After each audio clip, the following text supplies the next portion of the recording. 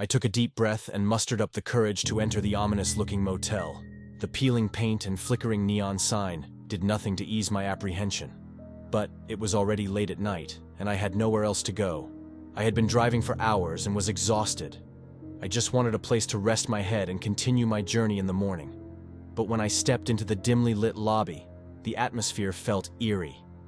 The hairs on the back of my neck stood up, and I immediately regretted my decision to stay here. The receptionist, an elderly woman with an unnerving grin, gave me my room key and instructed me to the end of the corridor on the left. As I walked down the poorly lit hallway, I couldn't shake the sense that someone was watching me. The sound of my footsteps echoed eerily, and every creaking floorboard filled me with dread. When I finally reached my room, the door wouldn't budge. I jiggled the handle, frustrated, and finally managed to push it open. The room was dark, and my hand fumbled for the light switch. When the fluorescent light flickered on, I regretted it. The room was musty, with peeling wallpaper and a dirty carpet. I felt as if I was in a horror movie. I shrugged off my unease, hoping for a peaceful night's sleep. I tried to quell my anxiety and settled into bed to watch some late-night TV. The sound was muffled, and static filled the screen, but it was enough to distract me from the creepy atmosphere. I must have dozed off, for when I awoke, it was to the sound of static. The TV had turned itself back on, and the screen flickered with a distorted image of someone's face. I rubbed my eyes, thinking it was just a dream, but when I opened them again, the image was still there. I frantically grabbed at the remote to turn it off, but it wouldn't work. The static grew louder, and the face morphed into something unrecognizable. The room grew colder, and the hairs on my body stood up as the figure on the screen suddenly turned towards me. Panic gripped me as I bolted out of bed, grabbed my bag and ran for the door. But it wouldn't open. I jiggled the handle and pounded on the door, but it wouldn't budge. Suddenly, I heard an eerie whisper. "Leave the room!" I turned around to see a figure in the corner of the room. It was hard to make out, but it appeared to be a woman with long hair and a white dress. My heart racing with terror, I threw myself at the door once again, praying to escape the mysterious figure. Finally, I burst through the door, which inexplicably opened on its own. I didn't stop running until I was outside, gasping for breath and shivering. I looked up at the motel and saw the figure at the window, beckoning me back into the room. I ran to my car, peeling out of the parking lot and never looking back. As I drove away, I couldn't help but wonder what kind of darkness resided in that motel. It was a nightmare I never wanted to experience again. But it wasn't until I got home that I realized I had left something behind. My bag was still in the room. I knew I had to go back. But the thought of setting foot on that cursed property again made my skin crawl. The days passed, and I couldn't shake off the feeling of unease that lingered since the terrifying experience. In a fit of desperation, I decided to return to the motel and retrieve my bag. The lobby was empty when I arrived, and the air felt thick with hostility. Every creaking floorboard echoed through the hallways, and I felt as if something was stalking me.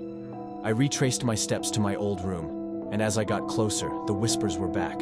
I could hear them clear as day, but still couldn't make out what was being said. The door to my room was already open, so I stepped inside. At first, I didn't notice anything out of the ordinary, but as I reached for my bag, I heard a soft creaking behind me. I turned around to find the window open, the curtains billowing out into the night air. I stared in disbelief, for that was the window that wouldn't open the night I tried to escape. The hairs on my body stood up, and my heart nearly stopped when I noticed the figure standing outside, staring at me with white, lifeless eyes. The whispers grew louder and more ominous, and the room grew colder by the second. I didn't hesitate then.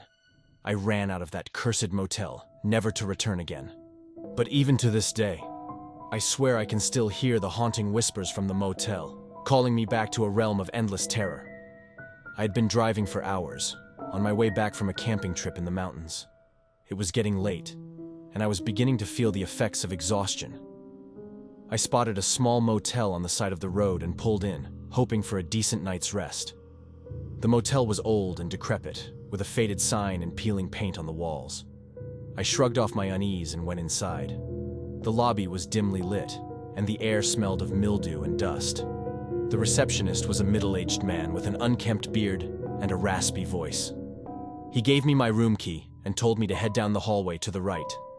The hallway was narrow and dark, with flickering fluorescent lights casting strange shadows on the walls.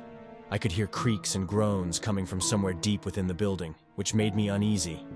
When I finally arrived at my room, something felt off. There was a strange smell, something like rotting meat mixed with wet dog. The air was heavier than before, and the flickering fluorescent lights seemed to make the room feel smaller. I tried to ignore the strange feeling and went to take a shower, hoping to wash off the day's sweat and dirt. But as I was standing under the water, something shifted in the corner of my eye. I turned quickly but saw nothing. When I looked back at the shower head, it had turned black, covered in some strange substance that looked like tar. I quickly turned off the shower and stepped out, looking around the bathroom for some explanation. But there was none to be found. I shook it off, figuring it was just a grotesque coincidence, and started getting dressed. I barely had on my clothes when I heard a noise coming from outside the door. It sounded like someone was trying to pick the lock from the other side. I shrugged it off as my imagination and tried to ignore it, but the noise persisted, getting louder and more insistent by the minute. I had to get out of that room, so I picked up my bag and headed to the door to leave. But as soon as I turned the handle, I felt a sudden force holding the door shut from the other side. I used all my strength, but it wouldn't budge. That's when I heard the whispering. It was soft and indistinct, but I could hear it just the same. It was definitely coming from behind the door. The voice sounded like a woman's, but I couldn't make out any words. As I continued to try and force the door open, the whispers grew louder and more distinct. It was like they were getting clearer, as if the speaker was coming closer to me. That's when I realized something. The door wasn't just being held shut, something was pushing against it from the other side. My heart was racing as I continued to fight the unseen force, but it was no use. Suddenly, the door burst open, and something pushed me back into the room. I fell onto the bed, and it was only then that I realized I was not alone. There, standing in front of me, was a woman. But it wasn't like any woman I had ever seen before. Her hair was long and stringy, her eyes were pitch black, and she was dressed in old-fashioned clothing. She looked almost like something out of a horror movie. I tried to scream, but nothing came out. I was paralyzed with fear as the woman began to approach me. The whispers were louder than before now, and I could make out some of the words she was saying. She was talking about death and pain and agony. I knew I had to act fast, or I was going to be trapped in that motel room forever. So I did the only thing I could think to do. I lunged for the door and ran down the hallway as fast as I could. It wasn't until I was out the door and in my car when I realized I had left behind my phone and wallet in that cursed room. But I couldn't go back in there, not if it meant facing that woman again. As I drove away, I couldn't shake the feeling that something supernatural was at play in that motel. I wondered how many people had been trapped in that room before me, doomed to face the wrath of whatever was roaming the halls. I never returned to that motel again, but the image of that woman and the whispers still haunt me to this day, reminding me of the horrors that lurk in the most unexpected of places. I had always heard about the creepy motel off of Route 66. It was supposedly a hotspot for strange happenings and bizarre occurrences.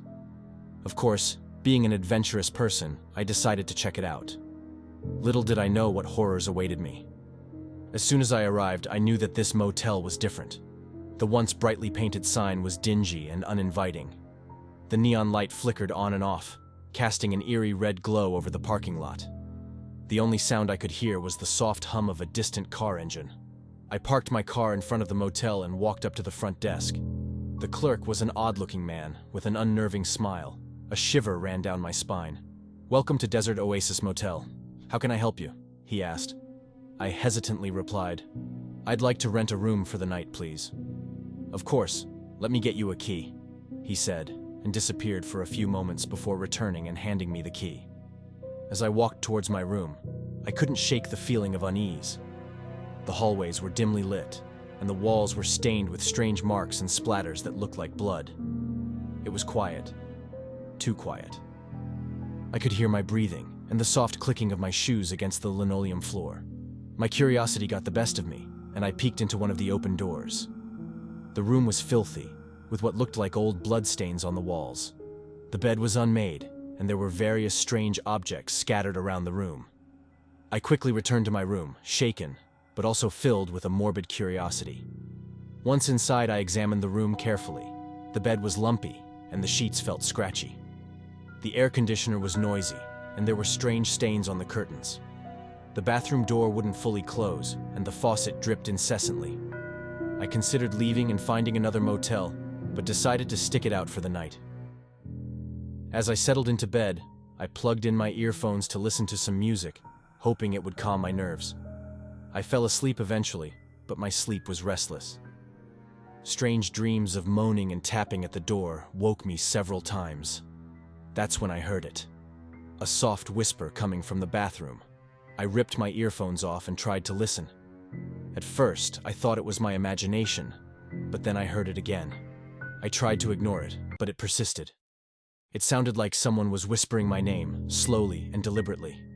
I finally got up and went to the bathroom, afraid of what I might find. As soon as I opened the door, the whispering stopped abruptly. There was nothing there, but I couldn't shake the feeling that someone was watching me. I spent the rest of the night trying to get some sleep, but I was too scared. I convinced myself that it was just my imagination and finally managed to drift off in the early morning hours. When I woke up, I realized that something wasn't right. My phone was missing, and my wallet had been opened, with money missing. I immediately knew that someone had broken in while I was sleeping. I was terrified.